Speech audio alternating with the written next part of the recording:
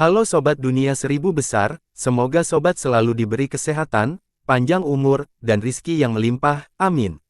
Sebelum masuk ke alur ceritanya, jangan lupa dukung channel ini ya dengan klik subscribe, like, komen, dan share, terima kasih. Mari kita lanjutkan perjalanan. Li Qiye. Qi Jinlin melepaskan takdir sejatinya dan niat sucinya, membiarkan energi kekacauan di sekitarnya dan memeliharanya. Dia merasakan kenyamanan yang belum pernah terjadi sebelumnya dan berpikir bahwa dia benar-benar dapat membuka jalan besar dan memecahkan kemacetan. Belenggu-belenggu itu masih ada, tetapi jika ia terus mengembangkan Grand Dao-nya dengan cara ini, maka Grand Dao itu akan semakin kuat. Setelah mendengar nasihat Li Qiye, ia mengambil risiko yang melibatkan takdir sejatinya dalam proses pemikiran. Sebelumnya, ia hanya mencoba menyalurkan energi kekacauan dan kekuatan Dao sebanyak mungkin untuk mematahkan ikatan. Upaya ini terbukti sia-sia. Saat ini, ia mendekati masalah ini dari sudut pandang baru, dengan fokus pada takdir sejatinya. Hal ini, pada pasangannya, meningkatkan vitalitasnya. Takdir sejatinya secara bertahap tumbuh lebih kuat dan dapat berperan dalam mengatasi masalah Dao-nya. Itu hanya masalah waktu. Antusiasmenya kembali saat ia memikirkan takdir sejatinya, berharap tibalah saatnya terobosan. Ini berbeda, saya rasa saya bisa melakukannya. Ia merasakan manfaat dari sesi-sesi tersebut dan menjadi sangat gembira. Dia melihat ke arah Li Qiye namun Li Qiye sudah tidak ada di sana. Kakak, dia mencari ke rumahnya namun tidak ada hasilnya. Dia tidak menyerah dan kembali ke kota. Li Qiye juga tidak ada di sana. Kemana dia pergi? Gumamnya dengan kecewa. Ternyata Li Qiye telah melakukan langkah spasial lainnya saat dia tengah memasukkan bungkusan dan pergi ke tempat lain. Tubuh itu tidak memiliki kesadaran atau tujuan. Lokasi berikutnya terjadi secara kebetulan, dunia es dan salju. Suasananya tampak seperti gunung suci yang menjulang tinggi ke langit. Gunung yang tertutup es dan tidak dapat ditaklukkan, sepertinya merupakan rumah dewa es. Hanya dengan melihat dari jauh saja sudah cukup untuk menggugah jiwa. Para yang menelepon bisa merasakan niat mengerikan dari afinitas es. Tempat ini dikenal sebagai dataran tinggi es, terkenal karena gunungnya yang tidak dapat dihuni. Dunia hanya tahu sedikit tentang tempat ini, apalagi mengunjunginya. Tempat ini terkenal karena sebuah kisah di zaman sebelumnya, zaman Kaisar Abadi. Dataran tinggi ini dulunya tidak terlalu dingin atau dipenuhi es. Di sana terdapat bunga-bunga harum dan burung-burung berkicau, menjadikannya salah satu tanah tersubur di dunia. Era itu dipimpin oleh seorang kaisar yang cemerlang. Menurut legenda, ia bereinkarnasi 3 kali dan menjadi kaisar setiap kali. Gelarnya adalah Sanxi, yang berarti 3 zaman. Selama masa mudanya dalam permulaan ketiganya, ia memperoleh api suci dari pantai seberang. Ia mengolahnya dan memperoleh penguasaan api yang tak tertandingi dalam sejarah. Lawannya tinggal di istana es mistis, penguasa es. Dia telah hidup lama, mulai sebagai dewi dan berakhir sebagai permaisuri. Gelarnya adalah permaisuri es meskipun bukan kaisar abadi. Entah kenapa, terjadilah pertempuran antara permaisuri es dan kaisar abadi Sanxi. Rumor mengatakan bahwa mereka telah lama berseteru. Perspektif lain menyatakan bahwa hal itu terjadi karena konflik Dao mereka. Bagaimanapun, ini berakhir dengan pertempuran mengerikan yang mengguncang dunia. Sayangnya, yang lain tidak memiliki hak istimewa untuk menyaksikan pertarungan ini secara langsung karena sifatnya yang merusak. Kaisar abadi Sanxi menunjukkan kekuatan apinya selama pertempuran ini, membakar lautan dan benua. Namun, permaisuri es sama mengesankannya. Esnya membekukan waktu dan ruang bersama bintang-bintang di atasnya. Akhirnya, kaisar tak terpecahkan yang telah berkuasa selama 3 era kalah dari permaisuri es. Ini adalah salah satu pertarungan paling terkenal dari zaman terakhir. Bagaimanapun, kaisar abadi tidak terpecahkan di era mereka, terutama yang secemerlang Sanxi. Bagaimana dia bisa kalah dari permaisuri es yang bukan kaisar asli? Meskipun kalah, wilayah makmur di bawah Ratu Es membeku selamanya. Istana mistis itu tertutup es dan menghilang dari dunia.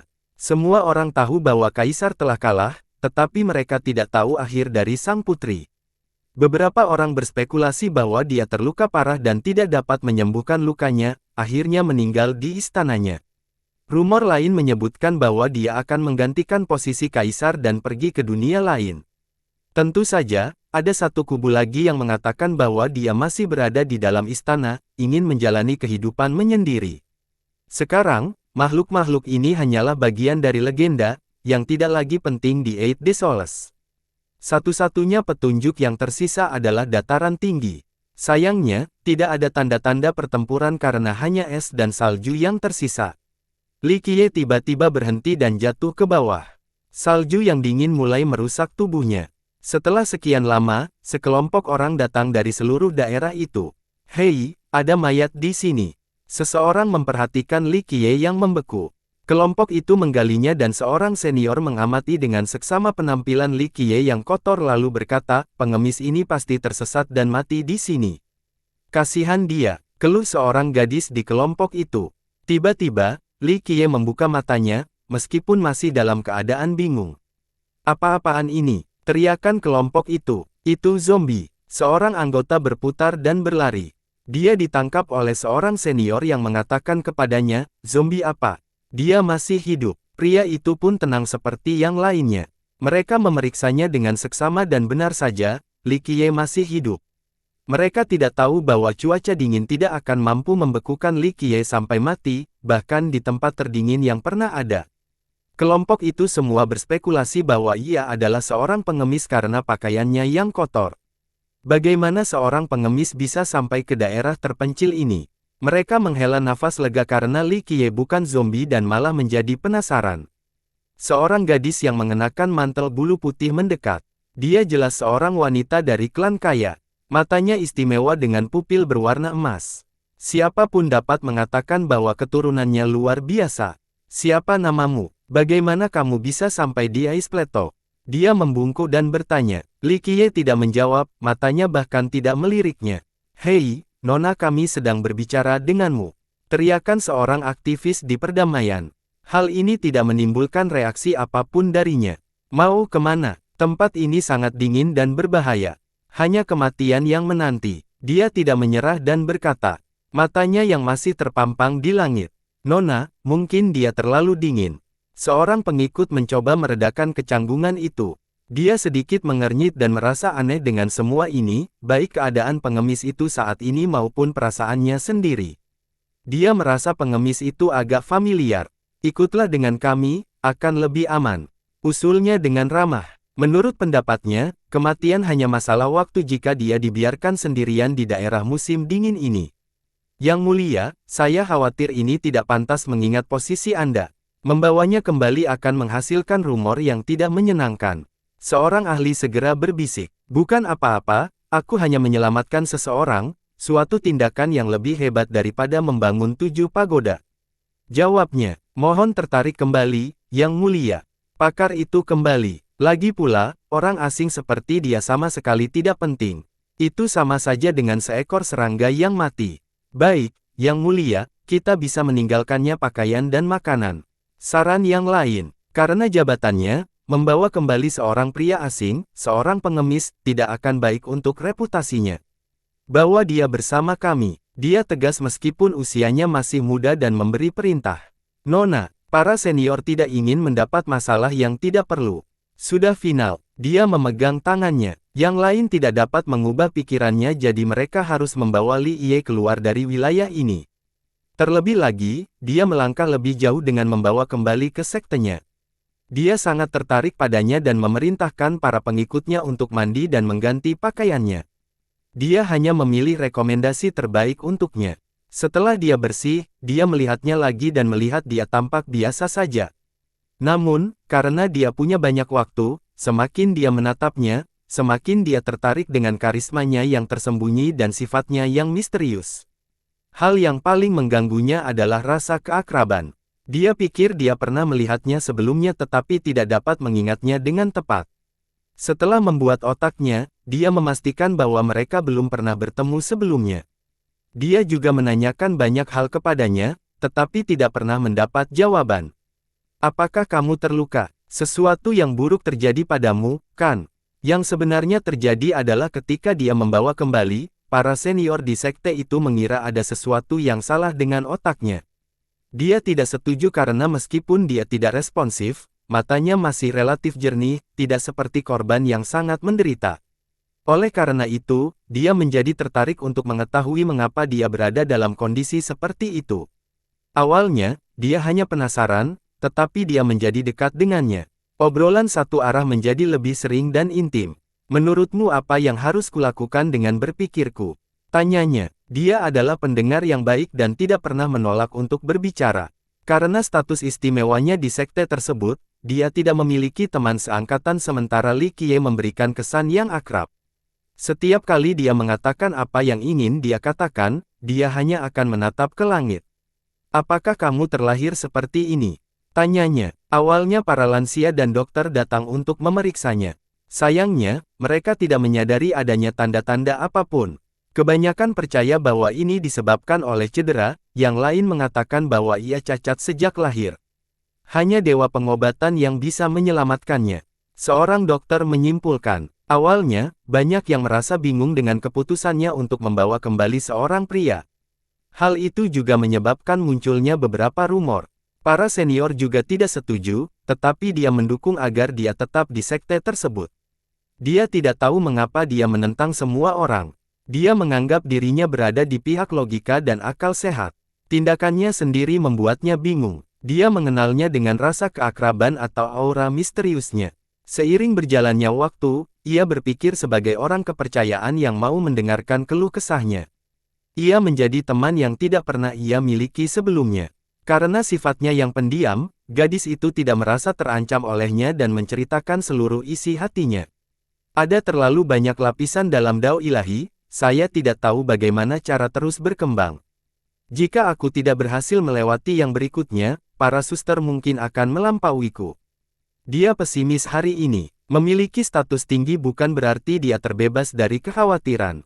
Sebagai murid yang sangat terlatih, dia perlu menunjukkan hasil. Jika dia dikalahkan oleh saingannya, dia akan kehilangan statusnya. Dalam sejarah, anggota sekte kami memasak dao ilahi dengan cara yang berbeda. Dia datang, mereka semua mengalami sesuatu yang unik dan pribadi. Baru-baru ini, saya melihat fenomena aneh, pohon ilahi menutupi langit dan penglihatan saya tidak dapat melihat apapun di baliknya. Dia menjadi frustrasi karena seharusnya tidak ada yang salah dengan hukum jasa. Rumor mengatakan bahwa hukum itu berasal dari dao surgawi. Nenek moyang mereka mengekstraknya dari dao surgawi untuk melindungi keturunannya. Jadi, ia tidak memiliki bentuk dan cair seperti udara. Dengan demikian, para murid memperoleh hasil dan kekuatan yang berbeda-beda dari mengolahnya. Hal ini membuat proses belajar menjadi sangat sulit dan penuh tekanan. Jiwa yang berhasil akan mampu mengambil alih sekte dan memperoleh otoritas yang besar. Ini adalah aturan yang ditetapkan, pemimpin mereka harus telah selesai mempelajari dao ini. Pengguna terkuat tentu saja adalah patriark mereka. Di era yang jauh dan kacau, patriark mencerminkan kejahatan dan membangun fondasi yang kekal. Dao ilahi mereka menjadi terkenal, dikabarkan lebih unggul daripada kebanyakan hukum jasa penguasa dao. Dia memiliki akses ke dao ini di usia muda, sesuatu yang cukup membuat iri. Semua orang tahu bahwa dia adalah calon penerus. Meskipun demikian, ini tidak berarti dia tidak memiliki pesaing. Di antara para pesaing, siapapun yang berhasil menyelesaikan dao terlebih dahulu akan menjadi penerus resmi. Sayangnya, fenomena yang terjadi selama pelatihan akhir-akhir ini membuatnya bingung. Ia bertanya kepada para senior dan leluhur, tetapi tidak mendapat tanggapan atau solusi yang konkret. Setiap orang memiliki pengalaman yang berbeda sebelumnya sehingga mereka tidak dapat memberikan nasihat yang baik. Kenapa hanya aku yang mengalami fenomena yang membutakanku? Apakah ini penyimpangan Qi? Dia berkata pada Li Qiye. Dikalahkan oleh para suster seperguruan adalah satu hal. Bagaimanapun, mereka semua adalah jenius yang luar biasa. Namun penyimpangan Qi dapat mengakibatkan kematian. Mengapa fenomena ini merugikan? Tiba-tiba dia mendengar sebuah suara. Ah!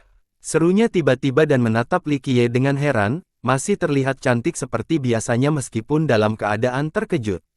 Sejak dia membawanya kembali, dia tidak ada bedanya dengan mayat hidup. Dia berasumsi bahwa dia hanya bisa mendengarkan tanpa mengerti. Oleh karena itu, ucapannya yang tiba-tiba membuat terkejut. Kau bisa bicara. Dia tergagap. Saya tidak bisu jadi saya jelas bisa bicara. Jiwa Li Qiye telah kembali ke tubuhnya sehingga dia menjadi normal kembali. Dia melihat lagi dan melihat perubahan yang jelas di matanya, matanya menjadi sangat dalam. Dia pikir dia akan tersesat semakin dia menatapnya. Kau mendengar semuanya. Dia teringat akan percakapan mereka sebelumnya dan langsung tersipu. Saya tidak mendengar ketika saya tidak ingin mendengar. Jadi, terpencil, saya terhindar dari lautan Anda. Jawabnya, kamu. Dia merasa malu. Kalian semua telah melakukan pekerjaan yang buruk dalam melatih dao ilahi yang diwariskan oleh permaisuri kalian. Dia mengganti topik pembicaraan. Apa? Kata-kata itu sangat menyentuh hatinya. Jangan khawatir dengan fenomena ini. Yang lain mungkin senang melihatnya karena itu pertanda pintu, tapi mereka malah terjebak dan berputar-putar di luar. Pengungkapannya, benarkah? Matanya membelalak tak percaya, namun kata-katanya memberi harapan. Tentu saja, lanjutnya, fenomena visual pohon dewa yang bernoda adalah sebuah tanda, sebuah refleksi dari sumbernya. Sebuah refleksi dari sumbernya, dia menjadi emosional dan menarik napas dalam-dalam. Lalu apa yang harus aku lakukan? Tanyanya tergesa-gesa dan melupakan semua hal lainnya, aku tidak bisa melihat apapun di luar pohon.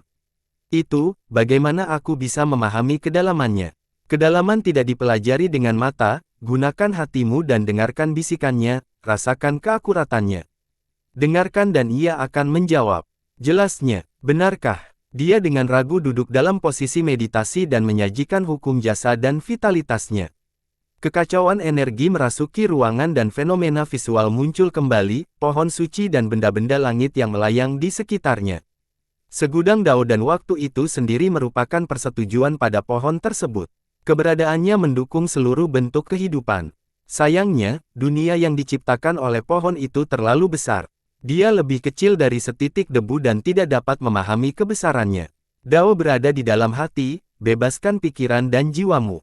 Li Qiye melantunkan mantra saat dia asyik berlatih. Perkataannya menggema dalam pikiran bagaikan lonceng, menggetarkan jiwa.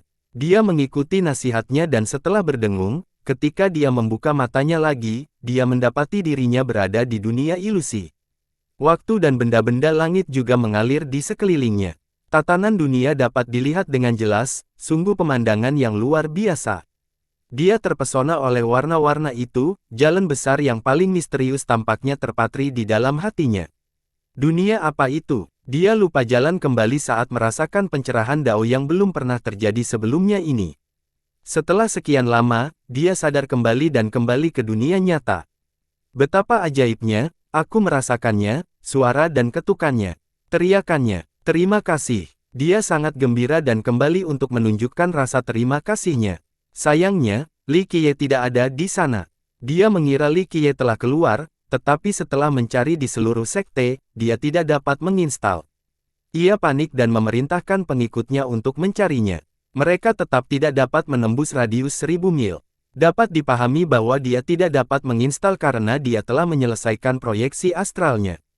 Dia kemudian melakukan lompatan spasial untuk mencapai tujuan berikutnya, tempat yang dikenal sebagai Taman Bodhisattva atau Makam Bodhisattva. Dunia telah berubah terus-menerus tetapi satu hal tetap ada, rasa hormat yang dimiliki semua orang terhadap tempat ini, tempat peristirahatan pengobatan Bodhisattva. Tempat ini berfungsi sebagai taman tanpa dinding. Dari aromanya, orang bisa mencium berbagai aroma obat. Bentuknya menyerupai bukit dengan banyak rumput dan tanaman obat. Tumbuhan ini tumbuh secara alami tanpa ada yang mengawasi. Meskipun demikian, taman itu rapi dan memiliki tatanannya sendiri. Di sana terdapat rumput-rumput yang umum dan langka. Misalnya, orang bahkan dapat menemukan rumput-rumput berharga seperti Nine Cycle Violet Leaf, Platinum Hyalin, Crimson Blood Draconic Tendon. Biasanya tumbuhan roh memiliki kondisi pertumbuhannya sendiri, terutama yang berharga. Tumbuhan yang berharga memiliki persyaratan ketat terkait lingkungannya. Hal ini tidak berlaku di kebun. Semuanya tampak tumbuh subur, sama sekali tidak terikat. Hal ini membingungkan para pembudidaya sejak lama. Konon mengatakan pengobatan bodhisattva dimakamkan di sini. Ada sebuah prasasti tanpa nama di taman itu. Di kiri dan lokasinya terdapat berbagai patung binatang pembawa keberuntungan. Di sudut yang tidak mencolok terdapat patung seorang lelaki tua, yang tampaknya adalah pelayan bodhisattva. Anehnya, prasasti peringatan itu tidak memiliki batu nisan atau tulisan rahasia apapun. Meskipun demikian, orang-orang tetap datang untuk menyampaikan rasa hormat mereka. Keberadaannya lebih penting daripada tumbuhan roh di kelestarian alam, alasan utama bagi banyak ziarah. Li Qiye berdiri di depan tablet itu dan matanya bersinar terang. Cahaya itu berakhir tablet itu dan menembus tanah, memungkinkannya melihat semua misterinya. Ada juga beberapa tangkai bunga yang ditaruh di depan prasasti itu, ada yang berupa bunga mawar, bunga krisan, atau bunga roh lainnya. Bunga-bunga itu pasti ditinggalkan oleh para pembudidaya yang datang untuk memberikan penghormatan. Pengobatan bodhisattva telah muncul di hadapan banyak penguasa Dao. Namun, mereka lupa sementara makhluk ini masih disembah. Li Qiye tidak mengatakan apa-apa dan hanya mengamati tanah di bawah prasasti itu seolah-olah ada harta karun yang tersembunyi. Kenyataannya, dia bukan satu-satunya orang di taman itu. Taman itu dikunjungi sekitar 1000 orang setiap harinya. Mohon berkati dan lindungi kami dari kesengsaraan dan penderitaan, Bodhisattva. Banyak yang menyatukan kedua telapak tangan dan berdoa dalam hati. Bayangan tidak percaya pada dewa dan hantu, sama halnya dengan Bodhisattva manapun. Bagaimanapun, mereka sendiri pada dasarnya adalah dewa di mata manusia, yang mampu melakukan hal-hal yang menakjubkan. Mereka seharusnya berdoa kepada diri mereka sendiri, bukan kepada dewa lain. Bodhisattva pengobatan merupakan pengajar di dunia mereka. Dia adalah orang yang nyata, bukan tokoh mitos. Dia adalah seorang dokter yang berkeliling dunia untuk menyembuhkan orang dan melakukan perbuatan baik. Keahliannya dalam pengobatan tak tertandingi, mampu menyelamatkan manusia yang hampir mati dan para pembudidaya yang hampir mati. Yang terpenting, dia tidak pernah membeda-bedakan, baik berdasarkan ras maupun moralitas. Dia akan menyembuhkan bahkan iblis yang paling kejam selama berhubungan. Dia juga tidak pernah meminta bayaran. Ada banyak dokter dan alkemis papan atas dalam sejarah, tetapi mereka hanya bekerja di dunia programmer. Tidak ada yang menghubungi ahli dalam seni ini yang mau repot-repot melakukan perjalanan kemana-mana untuk membantu manusia. Lagi pula, menceritakan setiap pil berharga membutuhkan usaha dan sumber daya yang sangat besar. Orang bisa mengatakan bahwa menggunakan pil ini pada manusia adalah pemborosan sumber daya, sama seperti memberi ginseng pada semut. Jadi, dia istimewa karena dia akan mencoba menyelamatkan siapapun yang dia terlepas dari keadaan mereka. Keyakinannya yang luhur ini memenangkan hati manusia dan pembudidaya. Oleh karena itu, seluruh 8 Desoles khawatir atas kesediaannya. Para penguasa Dao dan Raja Iblis yang masih hidup datang untuk membawa peti jenazahnya. Seluruh dunia suram karenanya. Ia adalah tokoh sejarah langka yang tidak dikenal karena memiliki kekuatan dan kecakapan bertarung yang luar biasa. Rasa hormat yang disampaikan kepadanya tidak pernah pudar selama bertahun-tahun. Para makhluk baik, jahat atau tidak, kadang-kadang masih mengunjungi taman untuk menyampaikan rasa hormat. Hari ini, Li Qiye juga datang ke sini. Apakah untuk mengenang atau ada hal lain? Setelah beberapa saat, dia memutar lalu membekukan tablet itu dengan lembut, sepertinya ingin merasakan getarannya. Ia kemudian mundur dan mengalihkan perhatiannya ke patung di sudut. Patung itu telah rusak oleh hujan dan angin, garis-garisnya tidak lagi jelas. Meskipun demikian, orang masih dapat melihat bahwa patung itu menggambarkan seorang lelaki tua. Patung itu tampak biasa saja, mungkin seorang pelayan bodhisattva. Ia menatap ke arah tablet itu, mungkin masih ingin melindungi kecerahan dan tamannya, tidak seorang pun benar-benar tahu cerita sebenarnya di balik tempat ini. Kebanyakan orang tidak pernah memperhatikan patung ini, tidak ada tulisan apapun yang berhubungan dengan patung ini. Ambil kembali. Namun, begitu Li Qiye cukup dekat, retakan tiba-tiba muncul di patung itu. Ambil kembali. Retakan itu menguasai seluruh patung. Patung itu tampak hampir runtuh. Tidak perlu formalitas. Li Qiye mengulurkan tangan dan menyentuhnya di saat yang genting ini. Sinar yang menyerupai udara mengalir ke dalam patung melalui celah-celah. Celah-celah tersebut mulai tertutup karena terisi oleh sinar. Begitu dia menarik tangannya kembali, patung itu kembali seperti semula. Seolah-olah semuanya hanyalah ilusi. Dia menghela nafas dan berkata, "Kamu telah melakukan pekerjaan yang terpuji, hadiahnya tidak bisa dihindari." Patung itu tidak berbicara, namun ada gejolak batin yang hanya dirasakan oleh Li Qiye. Percakapan ini tampaknya sudah terjadi jutaan tahun yang lalu. Bahkan, percakapan pun tidak diperlukan di antara keduanya. Dia melirik tablet itu dan berkata, satu-satunya hal yang harus dilakukan sekarang adalah menunggu hari itu. Aku sendiri yang akan datang untuk mengambilnya nanti. Patung itu tampaknya memahaminya karena mereka memiliki hubungan rahasia. Setiap guru sejati yang hadir akan dapat melihat patung itu mengangguk, pemahaman biasa tidak akan dapat memahami apapun. Perubahan besar akan terjadi. Dia menyimpulkan dan patung itu setuju. Dia tidak pernah memberitahu patung itu tentang ventilasi. Meskipun demikian, patung itu mengemban misi serius dan tidak perlu tahu izinnya. Patung itu telah menerima tugas itu dan hanya perlu melindungi tempat ini. Saya akan kembali lagi, bersabarlah dan teruslah menunggu. Tambahnya, patung itu mengangguk, siap melaksanakan tugas itu tanpa mempedulikan tahun-tahun yang tak berujung. Misi ini tidak akan berakhir sampai Li Qiye berkata sebaliknya. Meskipun keadaan terus berubah, ia memikirkan hal lain, tetapi tempatku berada seharusnya menjadi tempat yang paling aman. Lebih baik tetap tinggal di dunia ini. Masih ada harapan di masa depan. Ini mungkin rencana terbaik. Ia lalu mengalihkan fokusnya ke taman untuk terakhir kalinya sebelum pergi. Patung itu diam-diam mengawasinya pergi. Pengunjung lain tidak menyadari pergerakannya, mengira itu hanya patung biasa. Mereka juga menganggap taman itu berfungsi sebagai peringatan bagi pengobatan bodhisattva. Tanpa mereka sadari, ada rahasia mengejutkan di bawah tanah yang bahkan akan mengejutkan para penguasa Dao. Setelah meninggalkan taman, Li Qiye tidak memasuki alam astralnya lagi. Ia berjalan dan berhenti di puncak gunung untuk melihat pemandangan di depannya. Melihat gunung dan memberikan perasaan damai. Ia tersenyum dan berkata, segala sesuatu datang dan pergi, tetapi tanah tetap ada. Meskipun tempat di depannya tampak biasa saja sekarang, dulunya tempat itu adalah rumah bagi sekte yang kuat, yang sama sekali tidak dapat dihentikan. Sayangnya, waktu telah menghancurkan segalanya, bahkan fondasi terkuat dan garis keturunan terkuat. Orang-orang mencoba melawan kebenaran yang tak terelakkan ini tetapi gagal. Abadi, Li Qiye terkekeh, betapa konyolnya, semua orang ingin menjadi seperti itu. Karakter, abadi, merupakan karakter yang spesial di dunia peta. Karakter ini akan membuat orang langsung berfantasi, bahkan karakter papan atas seperti penguasa Dao dan kaisar. Apa yang dilambangkan oleh karakter tersebut? Kekebalan, kehidupan abadi. Singkatnya, ini adalah tujuan akhir bagi banyak orang yang merindukannya. Mereka semua menambahkannya meskipun menyadari kemustahilannya. Hanya sedikit yang tahu bahwa tidak ada hal baik yang akan terjadi jika terlibat dengan karakter ini. Kemungkinan besar seseorang akan menjadi orang yang dibenci terlebih dahulu sebelum menjadi abadi.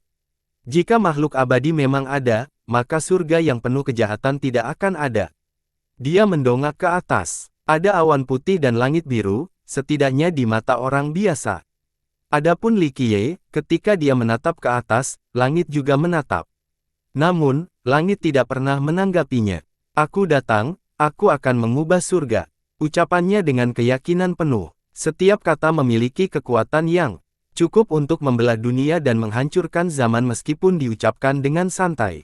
Dunia tidak menyadari konsekuensi yang mungkin timbul akibat menjalankan misinya. Li Qiye lalu duduk dan meletakkan dagunya di lututnya, menikmatinya.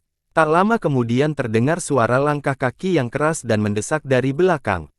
Seseorang yang mendekati Li Qiye, terlihat jelas terluka jika dilihat dari gerakannya yang buruk. Klang, orang ini mengira Li Qiye adalah musuh yang menghalangi jalan mereka dan menghunus pedang. Itu adalah seorang lelaki tua yang mengenakan jubah sederhana namun dibuat dengan sangat ahli, tanda statusnya. Celakanya, ia berlumuran darah dan luka, beberapa di antaranya cukup hingga tulang-tulangnya terlihat. Yang terburuk ada di dadanya, luka tusuk penuh oleh senjata yang tidak diketahui. Ia hampir tidak bisa bertahan setelah berhasil sejauh ini. Ia menatap tajam ke arah Li Qiye, merasa pusing karena kehilangan terlalu banyak darah. Butiran keringat mengalir di wajahnya yang pucat. Li Qiye hanya meliriknya sekilas dan tidak bertanya apa-apa. Dia menyadari bahwa Li Qiye bukanlah musuh dan menghela napas lega. Sayangnya, kehilangan fokus saat membuatnya jatuh ke tanah. Luka-lukamu serius. Li Qiye membantu berdiri dan berkata, aku tidak punya banyak waktu lagi. Dia batuk seteguk darah dan berusaha keras untuk bernapas. Benar saja, takdirmu yang sebenarnya telah hancur. Kau akan lumpuh bahkan jika kau entah bagaimana bisa selamat. Li Qiye memeriksa luka-lukanya. Orang tua itu duduk di tanah dan tersenyum kecut, kau benar, aku sudah selesai. Hancurnya takdir sejati menandakan kematian. Ia bertahan hidup dengan tekad yang kuat. Sungguh berjemur, dia melihat sekeliling dengan marah dan enggan. Sepertinya kamu masih memiliki urusan yang belum selesai. Li Qiye berkata dengan tenang. Ya, lelaki tua itu meringis kesakitan saat mencoba menjawab, aku tidak bisa kembali ke sekte tepat waktu. Bahkan para dewa pun punya penyesalan.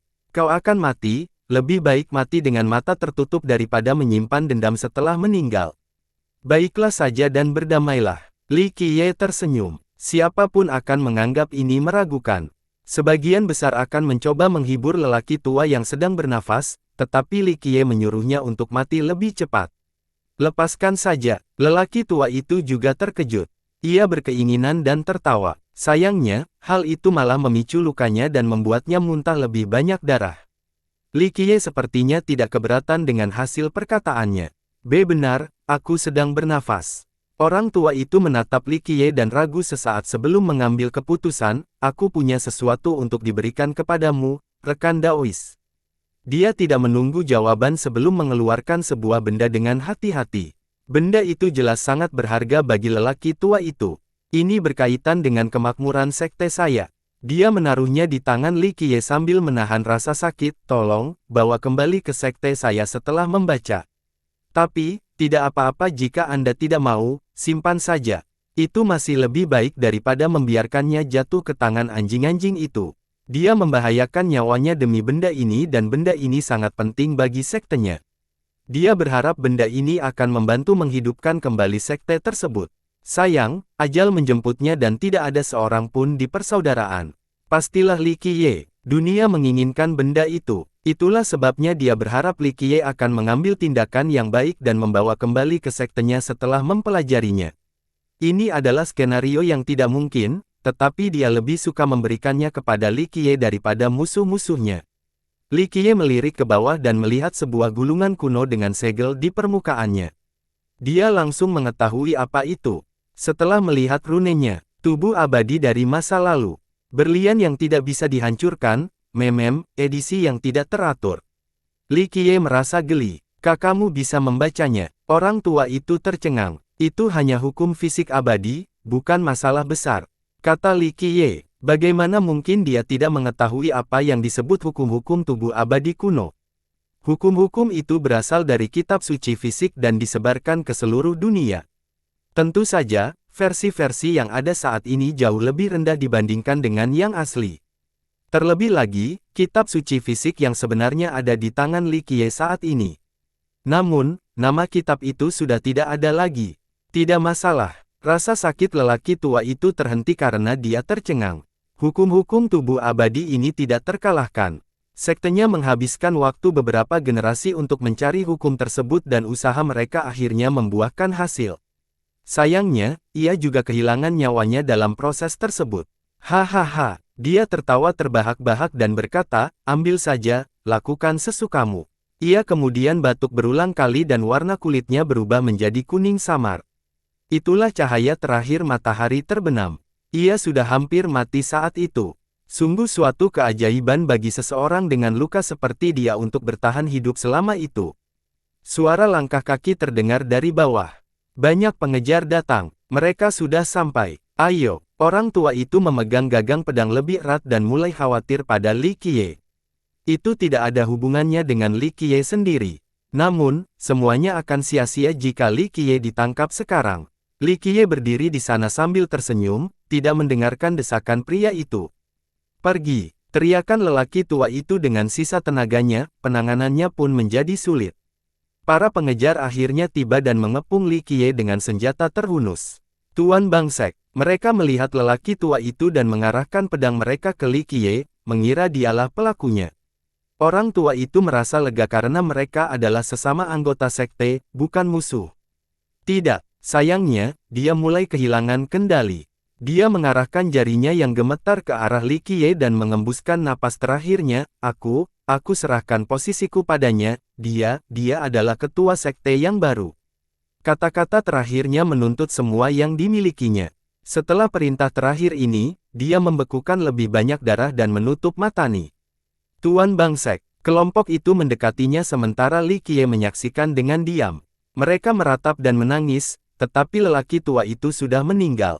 Apalagi makhluk abadi pun tidak dapat menyelamatkannya sekarang. Para junior menangis sementara para senior saling bertukar pandang, tidak yakin apa yang harus dilakukan karena permintaan terakhir guru sekte mereka. Tuan, bolehkah saya menanyakan nama Anda?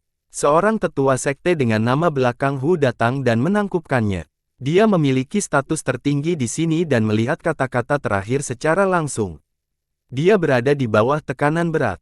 Meskipun sekte mereka kecil, mereka masih memiliki aturan dan prinsip mengenai proses suksesi. Sayangnya, ketua sekte mereka sebelumnya telah merusak proses tersebut dengan menyerahkannya kepada Li Qiye. Mereka harus menanganinya dengan hati-hati atau hal itu dapat menimbulkan kekacauan. Li Qiye tidak terlalu tertarik dengan masalah sepele ini. Para anggota sekte bingung karena perkembangan yang tak terduga ini. Mereka baru saja kehilangan pemimpin sekte mereka dan sekarang, orang luar telah menjadi pemimpin baru mereka. Tuan, bolehkah saya bertanya bagaimana Anda mengenal guru sekte kami? Tanya Penatua Hu. Tidak, kita baru saja bertemu. Li Qiye mengatakan yang sebenarnya. Hal ini semakin membingungkan para pendengar. Pemimpin sekte mereka memberikan jabatannya kepada orang yang sama sekali tidak dikenal. Kami, Tetua Hu memikirkannya. Mereka hanyalah sekte kecil yang tidak berpengalaman, tidak siap menghadapi situasi ini. Ambillah ini. Li Qiye menyerahkan sebuah gulungan kepada Tetua Hu, pemimpin sekte Anda menukar hidupnya dengan hukum jasa ini dan memberikannya kepada saya. Anda boleh memilikinya. Hukum tubuh abadi kuno dianggap tak ternilai harganya oleh banyak orang. Li Qiye adalah satu-satunya yang menceritakannya. Baiklah. Tetua Hu ragu-ragu sementara semua mata berada di dekatnya dan Li Qiye.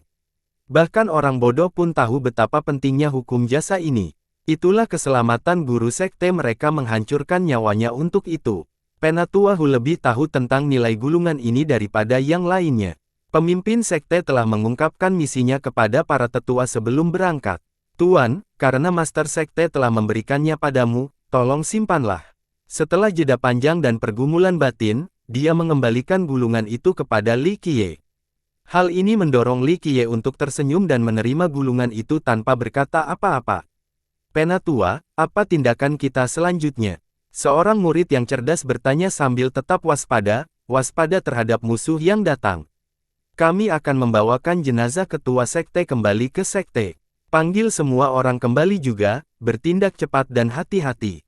Tetua Hu memerintahkan. Para junior dengan hormat mengambil mayat master sekte mereka dan bersiap untuk mundur. Tuan, silakan kembali ke gerbang berlian kecil bersamaku. Penatua Hu membungkuk dengan sungguh-sungguh saat mengucapkan permintaan itu. Gerbang berlian kecil, ulang Li Qiye. Ketua sekte kami telah menyerahkan penyerahannya kepada Anda, Tuan. Ini adalah peristiwa penting dan saya tidak berani mengambil keputusan sendiri. Silakan kembali ke sekte kami terlebih dahulu jika Anda setuju. Kata Tetua Hu. Mereka menghormati keputusan pemimpin sekte mereka tetapi ini tetap saja merupakan perintah yang sangat konyol, membiarkan orang luar mengambil alih. Dia tidak tahu apakah Li Qiye ingin menjadi ketua sekte mereka, namun juga, dia harus membawa Li Qiye kembali ke sekte terlebih dahulu. Mereka kemudian akan berunding dan mengambil keputusan. Dia tulus karena mengesampingkan jabatan master sekte, Li Qiye akan tetap menjadi tamu terhormat. Betapa terpujinya, Li Qiye dalam hati sambil melirik mayat dan Tetua Hu. Baiklah, aku akan pergi ke sana. Dia pun setuju. Tentu saja, dia tidak peduli tentang menjadi seorang master sekte. Hanya saja beberapa hal yang terjadi di sini cukup menghiburnya hingga menarik minatnya. Silakan, Tuan. Tetua Hu menghela nafas lega dan memberi isyarat. Mereka lalu bergerak cepat melalui jalan-jalan yang gelap untuk menghindari musuh yang kuat. Sepanjang jalan, Li Qiye melihat bahwa sekte itu memang lemah. Satu cabang dari sekte besar manapun dapat menggambarkan Little Diamond. Namun persahabatan mereka dari atas sampai bawah sangat baik. Hal ini mungkin karena sekte itu kecil sehingga para anggotanya lebih dekat dan tidak dibutakan oleh keserakahan dan persaingan. Mereka kembali ke kasus sekte tersebut. Li Qiye mendongak dan melihat aura yang menonjol, meskipun kecil. Pegunungan tersebut menempati pegunungan dan wilayah seluas sekitar 100 juta, tidak banyak arsitektur yang mengesankan. Sekte ini terletak di sudut kecil Southern Desoles. Biasanya, sekte yang lemah di wilayah ini akan memiliki beberapa ratus ribu hingga 1 juta anggota. Jadi, Little Diamond sangat lemah dalam skema besar. Seorang ahli dari sekte yang lebih besar dapat merangkumi mereka.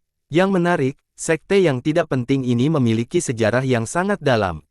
Pendiriannya dapat ditelusuri kembali ke zaman sebelumnya. Sayangnya, waktu telah berlalu. Terlalu lama dan para anggota yang lebih tua tidak memiliki informasi konkret mengenai sejarahnya. Singkatnya, mereka baru tahu bahwa sekte mereka lebih tua dari banyak raksasa di masa kini. Pintu masuknya memiliki gerbang melengkung dengan plakat di tengahnya, gerbang berlian kecil. Kenyataannya, tidak ada anggota saat ini yang dapat membaca karakter-karakter ini tanpa mengetahuinya terlebih dahulu. Plakat itu jauh lebih tua dari pintu masuknya. Tulisan-tulisannya ditulis dengan sempurna, jelas merupakan karya seorang maestro besar.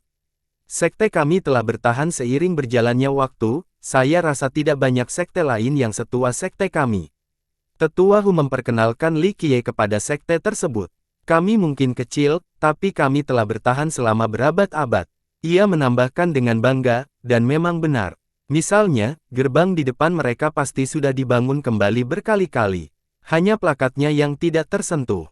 Benar, Li Qiye tersenyum karena karakter-karakter itu memang berasal dari 9 dunia. Dengan kata lain, ini mengungkap sejarah panjang Little Diamond. Keberadaannya sungguh ajaib. Belum lagi sekte yang lemah itu, bahkan beberapa raksasa yang berkuasa pun telah musnah menjadi abu dan lenyap. Patriark Long hidup di zaman kuno dan merupakan seorang penguasa terkenal di dunia yang mengajar banyak orang jenius. Dia memiliki gelar, berlian, jadi ketika dia mendirikan sekte kami, dia menamakannya gerbang berlian kecil. Berlian, Li Qiye tersenyum. Ya, rumor mengatakan bahwa leluhur kita mengolah tubuh abadi yang dikenal sebagai berlian yang tidak bisa dihancurkan. Ia mencapai kesempurnaan agung di hari-hari terakhirnya dan menjadi tak tersentuh. Tetua Hu berbicara dengan bangga, dikatakan bahwa selama upacara kesempurnaan agungnya, bahkan Kaisar Abadi datang untuk memberi selamat padanya. Jadi, kita dulunya adalah penguasa seluruh wilayah. Tidak ada catatan mengenai leluhur mereka karena sudah terlalu lama berlalu. Meskipun demikian, para anggota sekte bangga dengan sejarah mereka yang gemilang. Bagaimanapun, mereka bukanlah apa-apa saat ini, tapi setidaknya mereka memilikinya. Selain itu, mereka juga dapat mengatakan bahwa mereka telah bertahan lebih lama dari semua sekte lain dari periode yang sama. Hanya sedikit yang dapat menjelaskan kepada mereka dalam hal ini, yang pertama adalah Lion's Roar Kingdom. Penatua Hu membawa Li Qiye ke sekte dan menyiapkan penginapan setinggi mungkin. Ia kemudian mengadakan pertemuan darurat dengan para tetua lainnya. Kehilangan guru sekte mereka merupakan pukulan berat. Perlu diingat bahwa dia adalah kekuatan terkuat di sekte tersebut di alam Yin Yang yang agung. Akibatnya, mereka kehilangan pilar yang kokoh. Terlebih lagi, ia meninggal saat berkompetisi untuk mendapatkan prestasi hukum. Ini bukanlah sesuatu yang harus dipublikasikan sehingga mereka menguburnya secara diam-diam. Saat ini, mereka bingung dengan pemimpin sekte baru yang mereka pilih, Li Qiye. Ini adalah kasus yang belum pernah terjadi sebelumnya pada sekte kecil seperti mereka. Setelah menguburkan guru sekte mereka, diadakanlah sebuah pertemuan tingkat atas. Tentu saja, sekte kecil itu hanya memiliki ratusan beberapa pengikut. Jadi, majelis itu mencakup tetua 5. Mereka tidak memiliki struktur komando yang mendalam seperti sekte yang lebih besar termasuk pelindung, tetua, tetua tertinggi, leluhur. Biasanya, orang kelima ini membuat keputusan saat ketua sekte tidak ada. Karena hanya ada 5 orang, proses pengambilan keputusan menjadi lebih sederhana dan cepat. Ditambah lagi, mereka jarang mengalami hal serius selama masa jabatan mereka hingga saat ini. Aula tersebut memiliki suasana yang menegangkan setelah kematian pemimpin sekte. Di masa lalu, ketua sekte mengurus masalah secara pribadi, baik masalah internal maupun eksternal. Saat dia tidak ada, kelima tetua berubah menjadi ular tanpa kepala. Apa yang harus kita lakukan? Seorang penatua memulai pertemuan. Yang lain saling bertukar pandang namun tidak menanggapi. Kita tidak boleh membiarkan siapapun tahu bahwa pemimpin sekte mati demi tubuh abadi kuno. Yang lain akan datang untuk menulis dan menulis surat kepada kita. Tetua pertama berkata dengan nada serius. Dia menjadi orang yang memiliki otoritas tertinggi sekarang. Dia adalah orang terkuat kedua di sekte tersebut, berada di level minor alam Yin Yang. Di sekte yang lebih besar, dia hanya akan menjadi seorang amatiran di bawah rata-rata. Keempat orang lainnya setuju dengan hal ini, sehingga mereka memutuskan untuk tidak mengadakan upacara pemakaman besar. Mereka juga tidak memberi tahu tetangga mereka. Bagaimana cara menyampaikannya? Tanya Penatua Hu. Ini adalah keputusan sulit lainnya bagi kelompok tersebut. Pemimpin sekte mereka memberikan gulungan dan posisi kepada orang asing sebelum kematiannya. Hal ini membuat mereka berada dalam posisi sulit. Sebuah sekte yang membutuhkan seorang pemimpin. Tetua kedua berkata, terlepas dari semua hal lainnya, kita memang membutuhkan seseorang untuk maju sehingga para junior bisa merasa tenang. Masalahnya adalah dia orang luar. Kami tidak tahu apapun tentang dia. Jawab yang lain. Aku heran mengapa ketua sekte memilihnya. Kata yang lain. Saya tidak yakin, tapi ini sudah dikonfirmasi. Saya dan yang lainnya melihat dengan mata kepala sendiri bahwa dia masih sadar, kata Penatua Hu. Wajar saja jika pemimpin sekte mereka berhalusinasi atau bingung di saat-saat terakhirnya. Sayangnya, pikirannya masih waras. Meminta orang luar benar-benar menjadi pemimpin sekte kita berikutnya. Seorang tetua bertanya, yang lain berpikir bahwa tidak ada preseden untuk hal ini bahkan dalam sejarah panjang mereka. Mereka tidak memiliki sistem yang rumit untuk memilih penerus.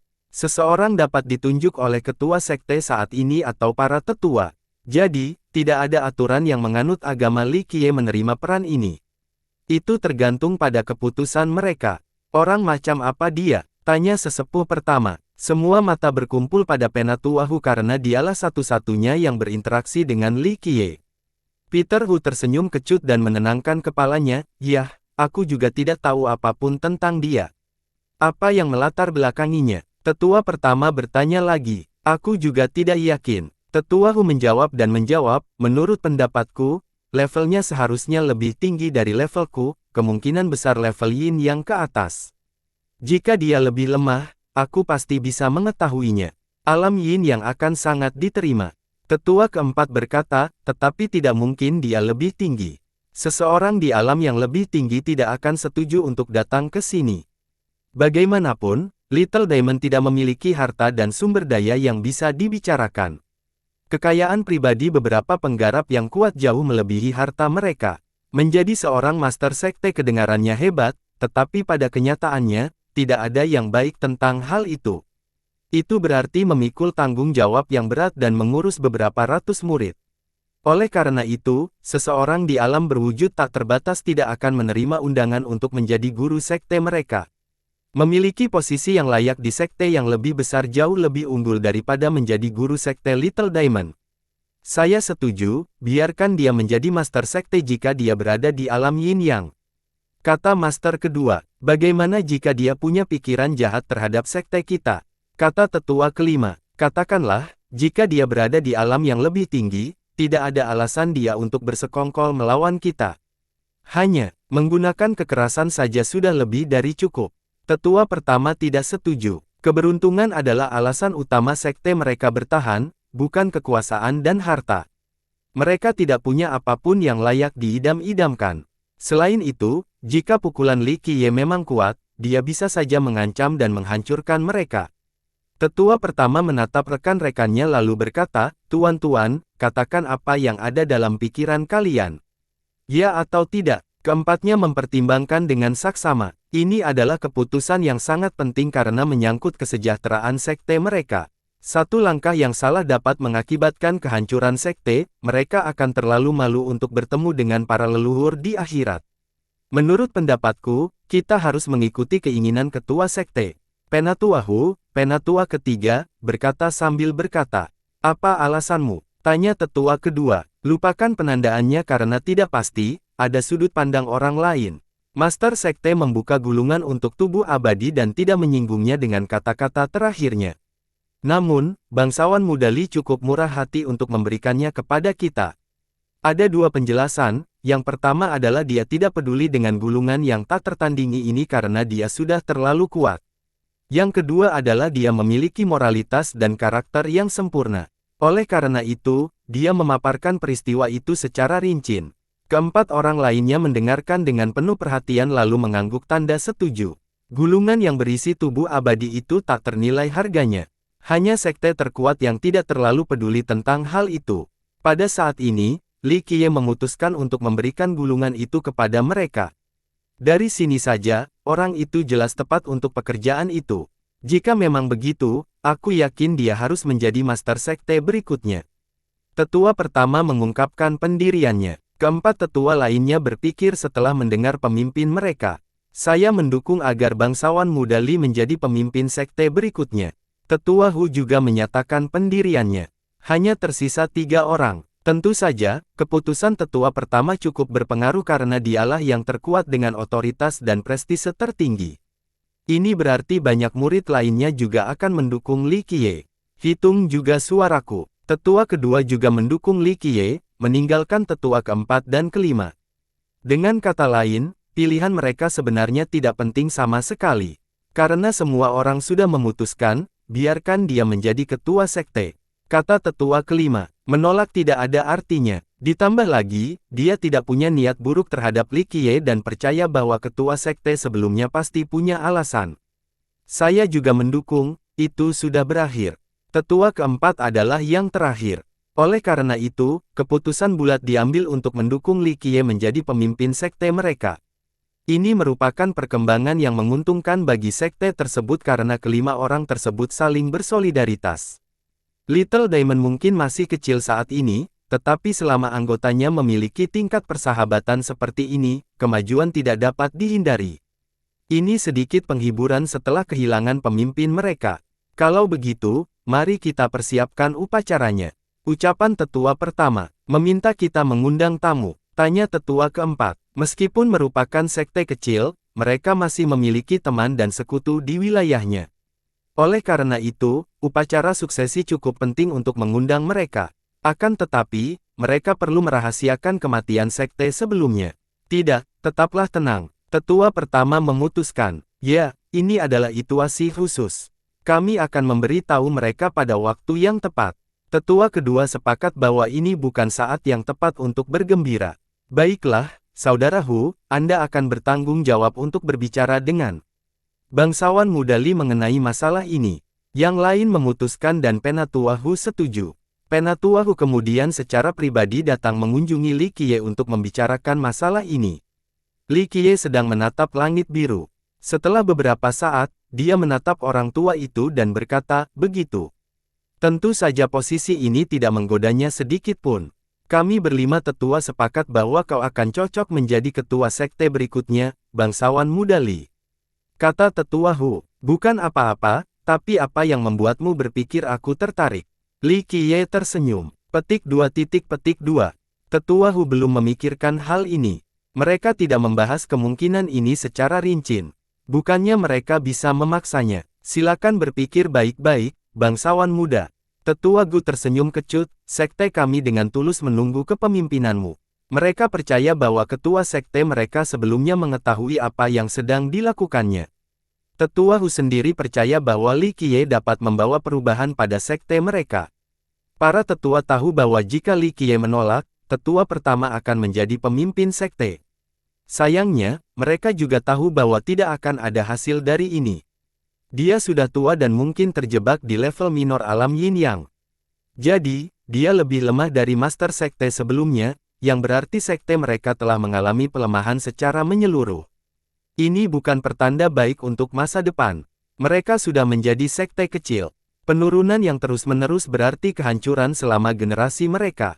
Itu akan menjadi mimpi terburuk mereka. Oleh karena itu, mereka berharap pada Li Qiye. Sekte itu mungkin dapat berkembang lebih baik dengan orang asing yang memimpin mereka. Baiklah, mari kita serahkan ini pada takdir. Aku punya waktu dan akan memberikan kalian semua keberuntungan. Kata Li Qiye. Hemat. Tetua itu menjadi bersemangat karena sikap Li Qiye. Dia merasa seolah-olah sektenya baru saja menemukan harta karun. Mengesampingkan status sederhana Little Diamond, seorang pemuda yang berpengalaman seharusnya gembira bisa menjadi master sekte. Namun, Li Qiye terdengar seolah-olah dia sedang membantu mereka. Dia menjadi lebih yakin bahwa Li Qiye dapat mengubah arah sekte mereka. Dia pergi dan melaporkan hal ini kepada rekan-rekannya sebelum mengatur upacara yang tenang. Prosesnya cukup sederhana. Semua murid sekte dipanggil untuk menghadiri pemakaman guru sekte sebelumnya terlebih dahulu. Pada hari kedua adalah penobatan Li Qiye, tidak ada tamu luar yang diundang ke acara tersebut. Para murid lainnya menyaksikan Li Qiye di panggung depan. Mayoritas sangat terkejut dan menatap tajam ke arah Li Qiye. Mereka menyadari bahwa dia bukan anggota sekte mereka, dan bahwa ketua sekte sebelumnya adalah orang yang mengambil keputusan ini. Mereka juga bertanya-tanya mengapa kelima tetua menyetujuinya. Meskipun demikian, karena itu adalah keputusan bulat, mereka pun bertahan tanpa perlawanan, sesuatu yang tidak terlihat di sekte-sekte besar. Li Qiye juga memperhatikan banyak orang yang memperhatikannya. Mayoritas muridnya lemah, masih terjebak di 4 alam pertama, cangkang fana, kulit besi, tendon perunggu, dan karapas perak. Di sekte dan kerajaan yang lebih besar, pengikut baru akan melewati wilayah ini dalam waktu 2 atau 3 tahun. Di Little Diamond, alam Conqueror Vessel sudah dianggap sebagai alam puncak bagi generasi muda. Dengan demikian, tetua pertama yang berada di alam Yin yang hampir tak terdeteksi, keberadaan tertinggi di mata para pemuda. Li Qiye tidak menerjemahkan mereka yang lemah dan menerima busur mereka. Setelah upacara, tetua Hu mengajaknya berkeliling sekte. Bagaimanapun, pemimpin sekte yang baru memenuhi syarat untuk mengetahui seluk-beluk wilayah kekuasaannya yang baru. Kenyataannya, mereka hanya memiliki wilayah seluas 100 juta atau lebih. Tidak banyak yang perlu diperhatikan, hanya medan biasa, tidak ada tanah khusus dan tambang penambangan. Mungkin kemiskinannya berperan besar dalam keberlangsungan hidupnya. Jika memiliki sumber daya, sekte lain pasti sudah menyerang sejak lama. Dalam kasus ini, sekte yang lebih kuat tidak ingin membuang waktu untuk menaklukkannya. Itu hanya akan membutuhkan lebih banyak tenaga kerja dan sumber daya untuk mendudukinya. Pada masa kejayaannya, ia jauh lebih kuat dan memiliki banyak wilayah, bahkan lebih unggul dari sebagian besar garis keturunan Daolor. Kemudian, ia menjadi lebih lemah dan kehilangan kendali. Akhirnya, tetua Hu membawa Li Qiye ke puncak leluhur, salah satu lokasi terpenting. Tempat itu berfungsi sebagai rumah bagi harta karun dan hukum jasa sekte. Ada patung leluhur mereka di puncak ini, menggambarkannya sebagai seorang lelaki setengah baya dengan keilahian dan prestise yang luar biasa, jelas seorang tokoh besar pada masanya. Ada 2 karakter kuno yang terukir di bagian dasarnya. Tak seorang pun di sekte itu bisa membacanya. Inilah leluhur kita, tetua Hu menjelaskan, seorang ahli tubuh abadi yang sempurna, kebal terhadap pedang dan golok, tak seorang pun di dunia ini yang dapat melukainya saat itu. Yang lain menyebutnya sebagai Diamond Long. Begitu juga, Li Qiye mendengus. Dia juga mengenali 2 karakter di pangkalan itu, Zuntian. Dia punya kesan tentang orang ini, mereka pasti pernah bertemu sebelumnya. Benar-benar takdir, gumamnya, tak disangka dia bisa bertemu dengan sekte seorang kenalan dari masa lalu. Tentu saja, ikatan itu sudah hilang sekarang. Dia tidak mengatakan apa-apa lagi saat tetua Hu membawanya untuk melihat bendaharaan. Yah, akan lebih tepat untuk menyebut gudang. Itu hanya dijaga oleh beberapa murid yang luar biasa. Harta karun dan hukum jasa disimpan di ruangan yang sama. Terus terang saja, tidak ada harta karun di sini yang bisa dijual dengan harga yang pantas. Setelah terjual, mereka hanya bisa membiarkan para murid menjalani kehidupan yang sederhana. Semua hukum kebaikan ada di sini, silakan lihat, Master Sekte. Penatua Hu memperkenalkan gulungan-gulungan di rak kayu. Little Diamond terlalu kecil untuk memiliki aturan dan regulasi terkait akses ke hukum jasanya. Beberapa garis keturunan penguasa Dao memiliki hukum jasa yang menentang surga dan rahasia, bahkan para Master Sekte tidak memenuhi syarat untuk melihatnya. Namun, hal ini tidak terjadi di sini. Li Qiye mengamati dan menyadari betapa sederhana dan umum barang-barang tersebut. Beberapa barang bahkan dapat dibeli dari pedagang kaki 5. Sebelumnya, leluhur kita memiliki hukum tubuh abadi, tetapi karena suatu alasan, hukum itu tidak pernah diturunkan. Sekte kita pernah memiliki hukum tubuh suci dan hukum beberapa tingkat surga, tetapi sekarang semuanya sudah tidak ada lagi. Tetua Hu tampak sedih. Mereka juga menginginkan prestasi hukum yang kuat. Sayangnya, mereka sudah lama tidak menghasilkan murid di level Myriad Dao. Hukum prestasi terbaik dapat dibeli, namun mereka terlalu miskin untuk melakukannya. Inilah sebabnya mengapa Master Sekte sebelumnya kehilangan nyawanya karena hukum prestasi fisik. Sekarang kamu punya satu. Li Qiye tersenyum dan meletakkan gulungan itu di rak. Master Sekte, Tetua Hu menjadi emosional. Bukankah aku adalah ketua Sekte Little Diamond? Sekarang, itu milik Sekte. Kata Li Qiye, kedermawananmu membuatku malu. Tetua Hu langsung bersujud. Akan sangat dapat diterima jika Li Qiye mengolah hukum fisik itu sendirian. Dia memiliki hak dan wewenang untuk melakukannya. Namun, ia memutuskan untuk membagikannya kepada seluruh anggota sekte. Kedermawanan tersebut membuat sang tetua menangis. Kami sangat beruntung berada di bawah kepemimpinan Anda, kata Penatua. Tidak perlu terlalu senang, aku tidak bisa menjadi master sektemu lama-lama. Li Qiye mendengus. Petik 2. Tetua Hu tidak tahu bagaimana harus menjawab. Bahwa aku bertemu dengan para tetua lainnya, kata Li Qiye karena dia tidak tertarik dengan harta karun ini. Penatua Hu mengatur pertemuan lain di aula utama. Kali ini, Li Qiye duduk di kursi utama. Suasananya agak canggung karena Li Qiye adalah orang asing, tidak ada yang pernah berbicara dengannya sebelumnya kecuali Tetua Hu. Apa rencanamu? Li Qiye menatap mereka dan bertanya. Kelima tetua itu saling bertukar pandang, tidak tahu bagaimana harus segera menjawab. Akhirnya, tetua pertama berbicara, kami mengikuti perintah Anda, Master Sekte. Keempat orang lainnya tercengang setelah mendengar Penatua Hu menceritakan tentang kemurahan hati Li Qiye. Hal ini menunjukkan bahwa Li Qiye tidak menginginkan apapun dari sekte mereka. Bagaimanapun, gulungan itu sendiri jauh lebih berharga daripada seluruh Little Diamond. Lalu apa tujuanmu? Untuk menghidupkan kembali sekte atau meningkatkan pukulanmu sendiri? Li Qiye tersenyum. Mereka belum pernah memikirkan hal ini sebelumnya.